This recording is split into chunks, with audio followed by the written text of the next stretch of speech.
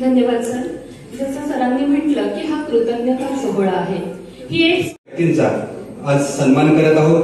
या कार्यक्रमासाठी आपण सगळ्यांनी वेळ दिल्याबद्दल मी आपल्या सगळ्यांचे आभार मानतो, मान्यवरांचे आभार मानतो आणि पुढील कार्यक्रमासाठी 1975 मध्ये याच दिवशी देशात आणीबाणी लागू करण्यात आली. त्या काळात अनेकांनी लोकशाहीच्या संरक्षणासाठी, विचार स्वातंत्र्यासाठी, व्यक्ती स्वातंत्र्यासाठी मोठा आणि त्या यात्रेच्या योगदानात ज्यांनी आपल्या जाणीव म्हणून आजचा हा कृतज्ञता दिवस आहे. म्हणून शासनाच्या वतीने अशा संघर्षशील व्यक्तिमत्वांचा सत्कार करताना मुकुंद जोरदेव यांना आमंत्रित करूया. सुरेश कौतिक आणि अजून एक नियोजित कार्यक्रम आपल्यासाठी तिथे ठेवण्यात आलेला.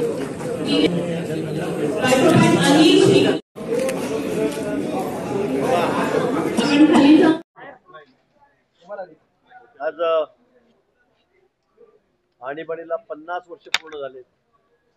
आता 25 जून 1975 या दिवशी हा म्हणजे काळा दिवसच होता. खरं म्हणजे इंदिराजींनी आणीबाणी जाहीर केली.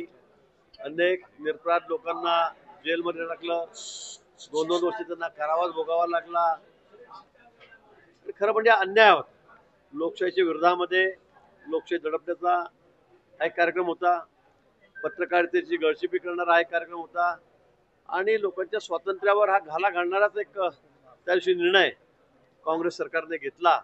आणि अनेक जण त्यावेळेला त्याला विरोध करत जेलमध्ये गेलेत. आणि याला 50 वर्ष पूर्ण झालेले आहेत. आणि म्हणून या सगळ्या स्वातंत्र्याच्या म्हणेल की या लोकशाही वाचवण्याच्या लढ्यामध्ये जेही सगळे त्यावेळेचे कार्यकर्ते जेलमध्ये गेलेत, त्यांना कारावास भोगावा लागला, त्यांचा सत्कार आज आम्ही राज्यभर देशभर या ठिकाणी ठेवलेला आहे. आणि म्हणून आज मुख्यमंत्री स्वतः मुंबईला आहेत, तिथे कार्यक्रम घेत आहेत. प्रत्येक जिल्ह्यामध्ये या कार्यक्रमाचं आयोजन आम्ही करून त्यांना सर्टिफिकेट आणि त्यांचा सत्कार या ठिकाणी आयोजित केलेला आहे. त्याचाच एक भाग म्हणून आजचा हा जळगाव जिल्ह्याचा कार्यक्रम होता.